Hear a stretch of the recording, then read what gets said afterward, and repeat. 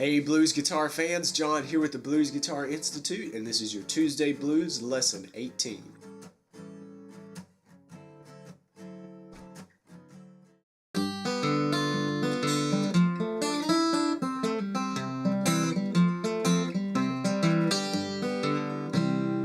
Alright, in this lesson I want to share with you my absolute favorite Piedmont lick. It's not that difficult to get down. In fact is you really kind of hold an F or a C chord shape throughout most of the lick, so it should be real familiar fingerings to you with one slight move that just gives this thing a real Piedmont blues sort of characteristic. So what I'll do is we'll get back to the guitar and I'll play it through a couple times, and then we'll break this down for you note for note. I bet you'll have this one down in no time. Here we go.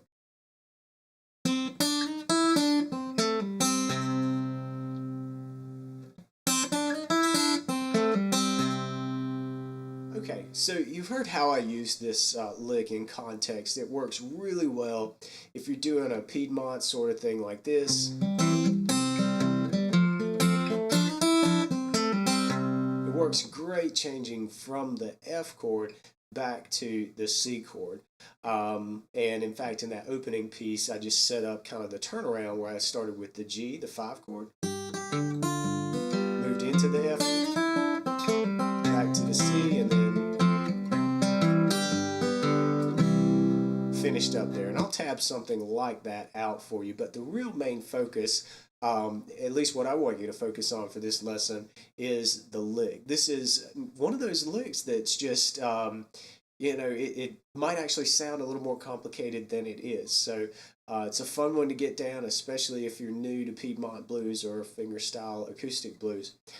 So the way to get this thing down is to hold down a C shape or an F shape, and the F shape that I would suggest holding down would be ring finger, 3rd fret, 4th string, middle finger, 2nd fret, 3rd string, and then the 2nd string gets your 1st finger on the 1st fret.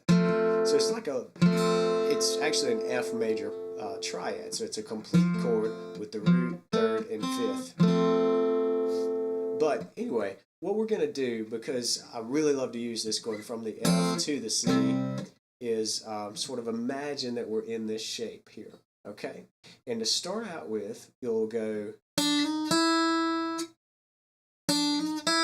So I'm sliding with my pinky on the 3rd fret of the 2nd string up to the 4th fret. And that's sort of a real bluesy note. It really doesn't fit in the key, especially with everything so major sounding.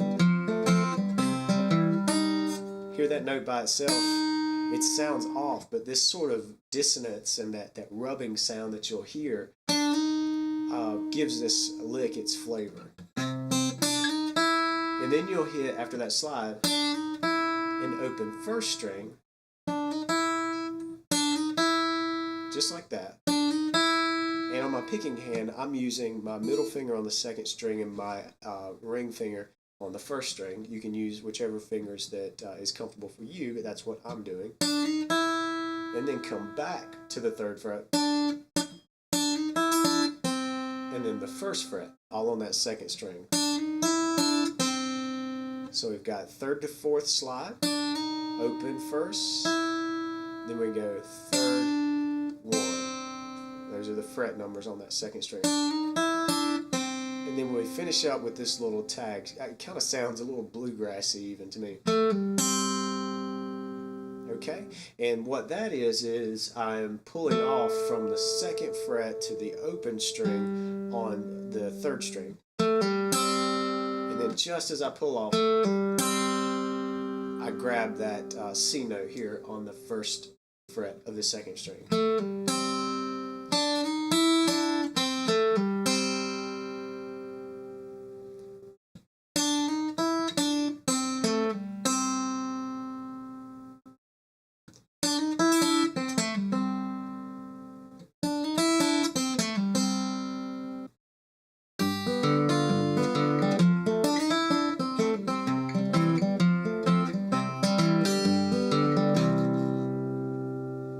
Alright, right, so there you go. That is my 100% absolute favorite Piedmont lick. And it's just so funny how, that's not a real flashy or fancy lick, but it is super interesting.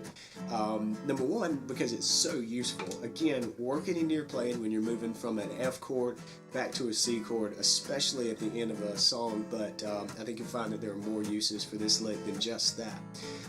But the real reason that I think this is so interesting is when you throw that 4th fret second string note in there. It's an E flat. It's just I don't know, it almost sounds like it doesn't fit. It's really just this odd note, but when it's played in the context of that lick and in a C major type progression, man, it just sounds so sweet. So again, this thing is, it sounds, I guess, a little deceptively difficult, but if you break this down and really focus on the individual notes, I'm sure you'll have this one under your fingers in no time.